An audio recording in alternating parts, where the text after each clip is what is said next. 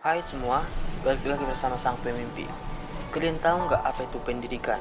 Pendidikan adalah usaha dasar terencana untuk mewujudkan suasana belajar dan proses pembelajaran agar peserta didik secara aktif mengembangkan potensi dirinya untuk memiliki kekuatan spiritual, keagamaan, pengendalian diri, kepribadian, kecerdasan, akhlak, ilmu hidup, pengetahuan umum, serta keterampilan yang diperlukan dirinya untuk masyarakat berlandaskan undang-undang, pembelajaran pengetahuan, keterampilan, dan kebiasaan sekelompok orang yang diturunkan dari satu generasi ke generasi berikutnya melalui pengajaran, pelatihan, atau penelitian. Pendidikan sering terjadi di bawah bimbingan kedua orang tua kandung dan orang lain, tetapi juga memungkinkan secara otodidak. Etimologi kata pendidikan itu berasal dari bahasa Latin, yaitu ducat, berarti menuntun, mengarahkan, atau memimpin, dan awalan berarti keluar. Jadi pendidikan berarti kegiatan menuntun keluar. Setiap pengalaman yang memiliki efek formatif pada cara orang berpikir, merasa, atau tindakan dapat dianggap pendidikan. Pendidikan umumnya dibagi menjadi tahap seperti prasekolah, sekolah dasar, sekolah menengah pertama, sekolah menengah atas, dan kemudian perguruan tinggi, universitas, atau magang. Indoktrinasi di dalam kelas, penggabungan konten politik dalam materi pembelajaran, atau guru yang menyalahgunakan perannya untuk mengindoktrinasi siswa bertentangan dengan tujuan pendidikan yang mencari kebebasan berpikir dan berpikir kritis. Sebuah hak atas pendidikan telah diakui oleh beberapa pemerintah. Pada tingkat global, Pasal 13 Kovenan Internasional tentang Hak Ekonomi, Sosial, dan Budaya mengakui hak setiap orang atas pendidikan. Meskipun pendidikan adalah wajib di sebagian besar tempat sampai usia tertentu, bentuk pendidikan dengan hadir di sekolah sering tidak dilakukan, dan sebagian kecil orang tua memilih untuk pendidikan sekolah di rumah. Pembelajaran elektronik, statistik, laporan data, atau yang serupa untuk anak-anak mereka. Filosofi pendidikan. Pendidikan biasanya berawal saat seorang bayi itu dilahirkan dan berlangsung seumur hidup. Pendidikan bisa saja berawal dari sebelum bayi lahir, seperti yang dilakukan oleh banyak orang dengan memainkan musik dan membaca kepada bayi dalam kandungan dengan harapan ia bisa mengajar bayi mereka sebelum kelahiran. Bagi sebagian orang, pengalaman kehidupan sehari-hari lebih berarti daripada pendidikan formal. Seperti kata Mark Twain, "Saya tidak pernah membiarkan sekolah mengganggu pendidikan saya." Anggota keluarga mempunyai peran pengajaran yang amat mendalam, seringkali mendalam lebih dari yang disadari mereka. Walaupun pengajaran anggota keluarga berjalan secara tidak resmi, fungsi pendidikan.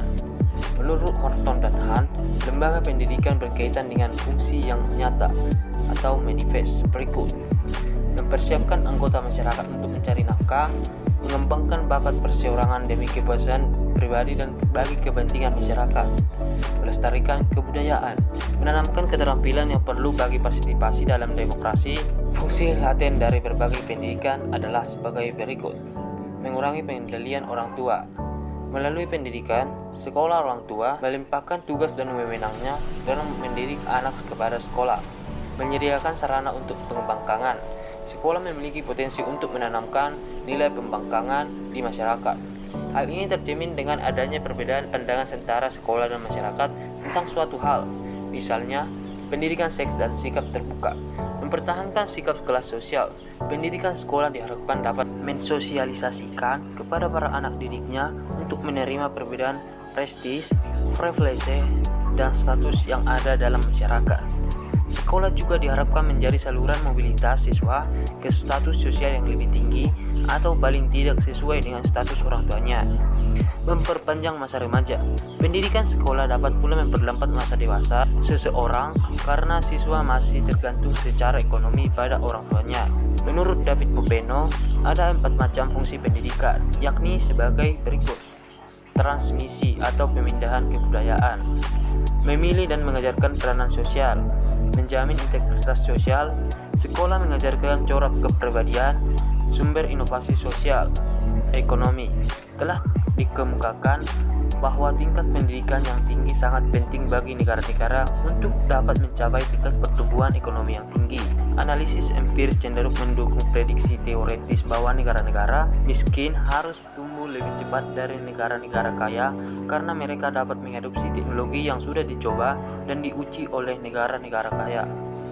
Namun transfer teknologi memerlukan manajer berpengetahuan dan insinyur yang mampu mengoperasikan mesin-mesin baru atau praktik produksi yang dipinjam dari pemimpin dalam rangka untuk menutup kesenjangan melalui peniruan. Oleh karena itu, kemampuan suatu negara untuk belajar dari pemimpin adalah fungsi dari efek human capital. Studi terbaru dari faktor-faktor penentu pertumbuhan ekonomi Agrera telah menekankan pentingnya lembaga ekonomi fundamental dan peran keterampilan kognitif. Pada tingkat individu, ada beberapa literatur umumnya terkait dengan karya Jacob Pincher tentang bagaimana laba berkaitan dengan pendidikan dan modal manusia lainnya. Karya ini telah memotivasi sejumlah besar studi, tetapi juga kontroversial. Kontroversi utama berkisar bagaimana menafsirkan dampak sekolah. Beberapa siswa yang telah menunjukkan potensi yang tinggi untuk belajar dengan menguji IQ yang tinggi mungkin tidak mencapai potensi penuh akademis mereka karena kesulitan keuangan. Ekonom Samuel Bolnes dan Herbert Gittes berpendapat pada tahun 1976 bahwa ada konflik mendasar dalam pendidikan Amerika antara tujuan egaliter, partisipasi demokratis, dan ketidaksetaraan tersirat oleh profitabilitas terus dari produksi kapital di sisi lain. Sekian dulu videonya.